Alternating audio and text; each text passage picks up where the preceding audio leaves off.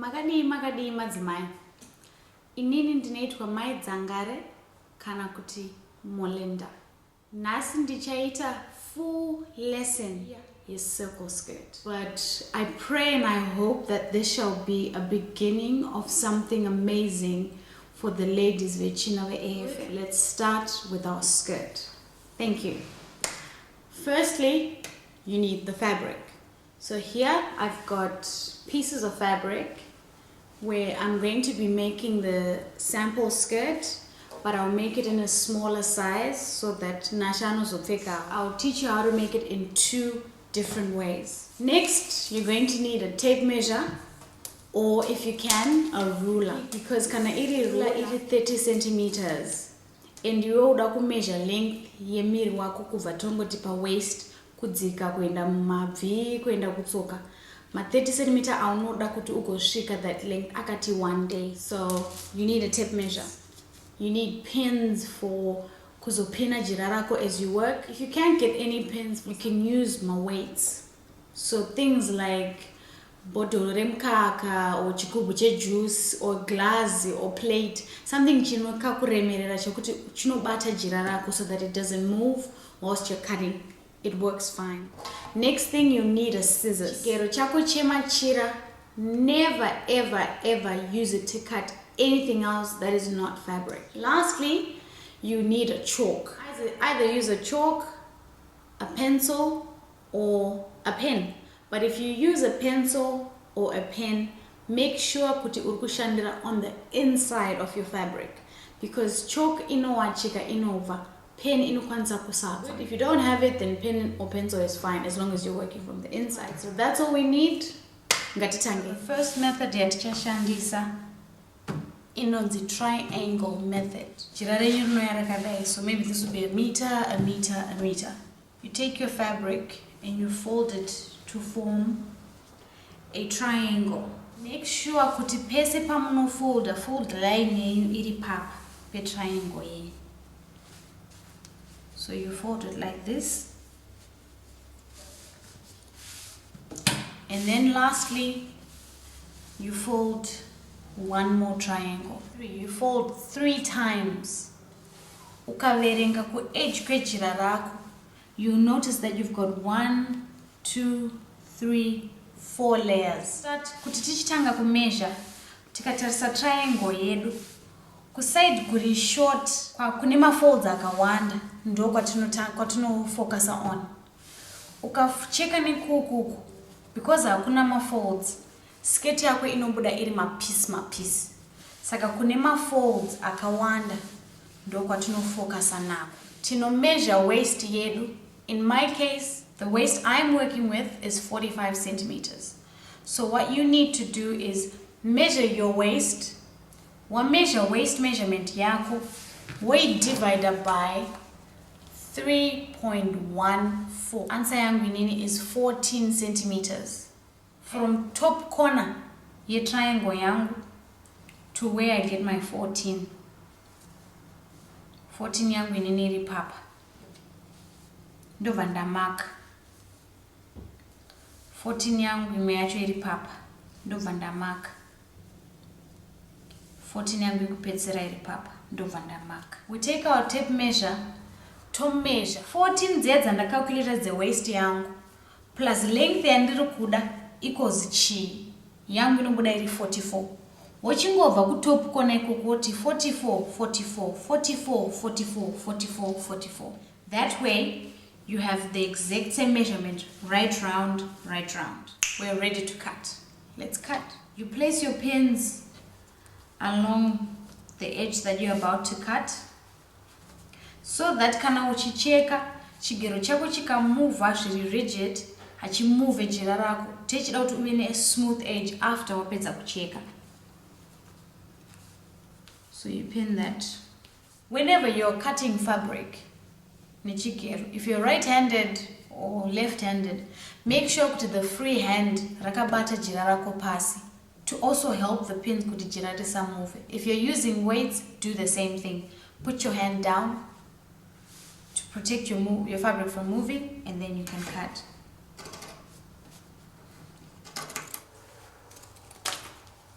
That's the hem done.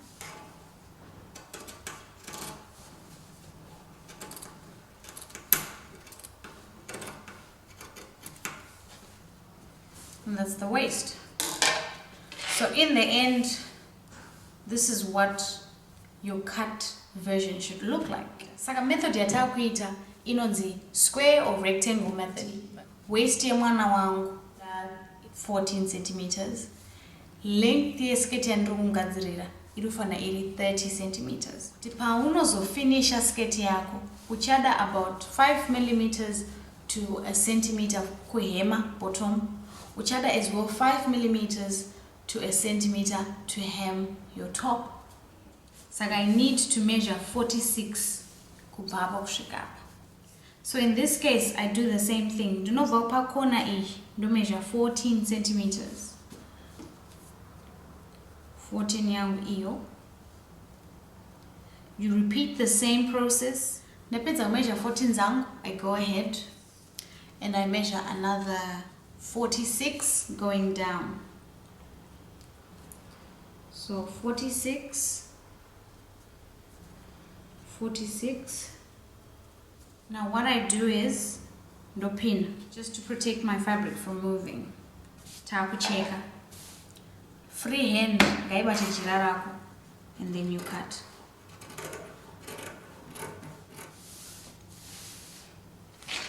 Please also remember kuti kana usiri very good with my curves, you're allowed kuti kwaongo measure like I measure as close as I can to my lines.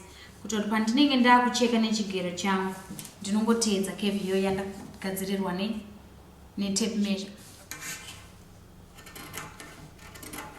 In the end, we have two methods of doing this skirt and the same result. So I hope you've enjoyed and understood the cutting process. Now we're moving into the sewing process. So the part yatichatanga nayo yatoda kusona is this raw edge. Totanga tatora zipi yedu toigadzika kumuromo o ku waist kwesketi yedu kuti tizive kuti back seam pakabatanidzwa kumashure kwesketi yako pai ndio inonzi back seam. Kuti zive kuti back seam yedu ichatangira papi ichiperera ku hem. Saka zipi yedu muromo wacho tinouyenzanisa ne waist yesketi yedu. And then pane chibha ichi pamusoro pacho ndo patinogadzika pin yedu kuti tizive kuti tikusona kusvika apa. Okay, like that.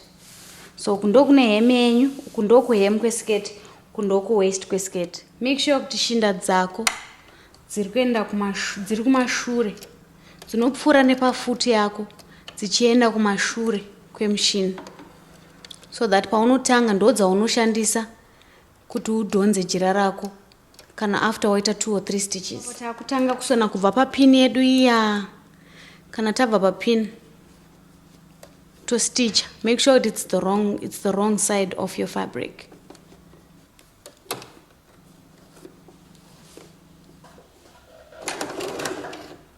Back stitch before you move forward. You always have to back stitch. Reverse stitch.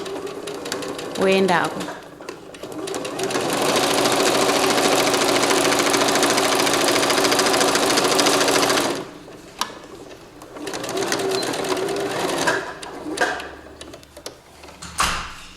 Kana wapedza kustitch, your stitch should either be 1.5 from the edge or 1 centimeter from the edge, depending kuti jira rako iwewe raunaro rakawanda sei, but it's up to you what you want to do. Ndapindurudza jira rangu to the right side of the fabric. Seam yedu yatasona iya ishi. Saka patauda kuisa zip pakavhurika pai. Saka tunotora zip yedu yatambo measure inayo iya. Tutora one edge. Kana wango waita 1.5 centimeters, kana wango waita 1 centimeter, kana wango waita 5 millimeters. Ndoza unongoshanda nazo. You fold those same measurements. Wesa muromo wesipi yako one side.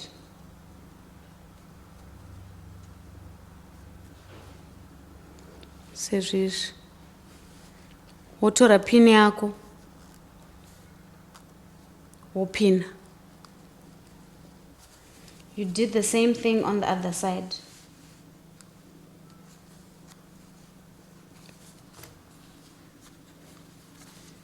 So it should look something like this. Kumsoro. If you're not very confident kuti pauno stitch how you maintain the straight lines, you just go ahead and pin all the way down to the end of your opening.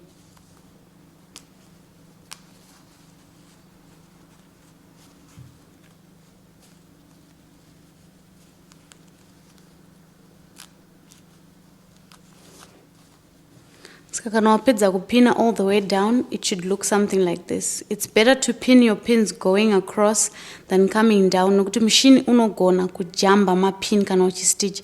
Asa ugona kustitchirana ne pin kana yakafesa down this way. So always pin across where your stitch is going to go. Sakata pina tasoo, we're ready for the machine. But the machine unofanira kuchinjwa foot. From normal foot yata stitchisa simiedu, then we have to change to the zipper foot. So as you can see, ndo zipper foot ya machine wangu ishi. Anosiana from machine to machine. Saka ndo chitora zvino zipi yangu. Shinda dzangu dziri kumashuri. Always. Ndo gadzika foot yangu pasi.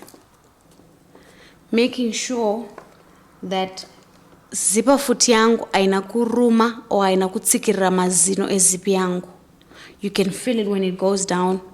It's just right next to mazino, but aina kutsika mazino because mukastitcha mazino enyu zipi yenyu haivariki. Okay, so I do the first back stitch.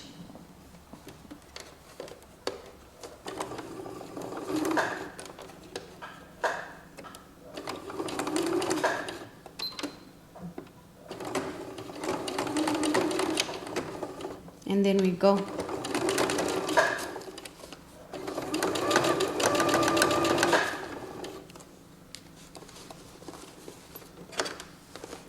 Try to be as straight as you can and adjust as you go.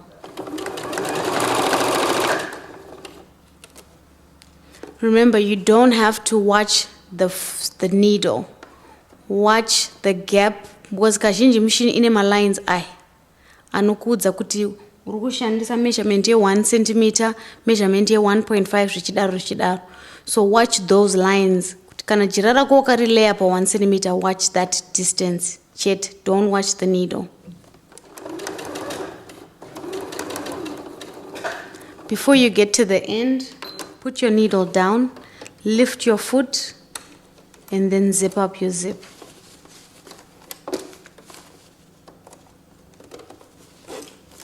And stitch.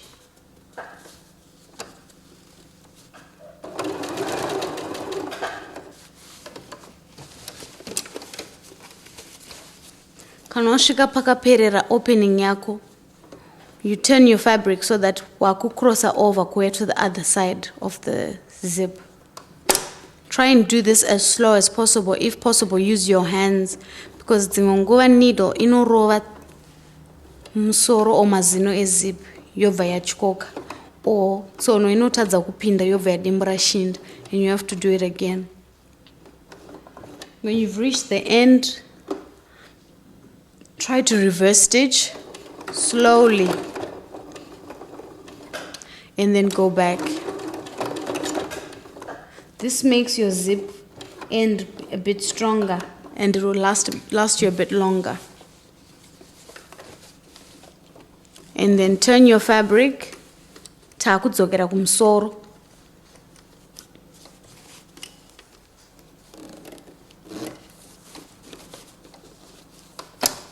Make sure that as you're stitching, your two openings akabatana so that paunopfeka zip yako, we don't see the zip. But if you want a style yekuti ioneke zip, it's still okay.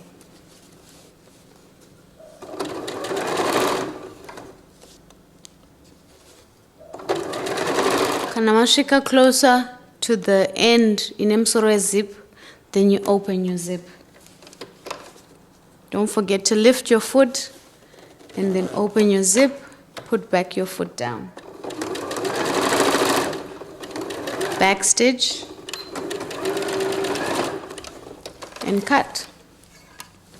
So that's your zip all done. If you have an iron, you can press kuti nyaswita lie flat before you continue. Wowe amkatime sketi yako folder 5 millimeters, wofolda dzimwe 5 millimeters, wo stitch.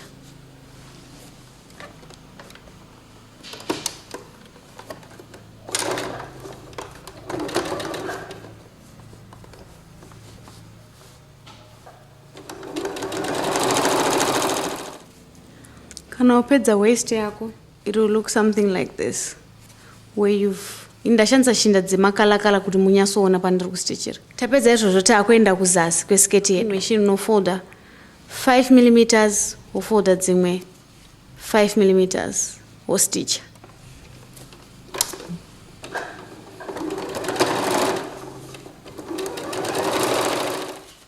Say hello, Joella.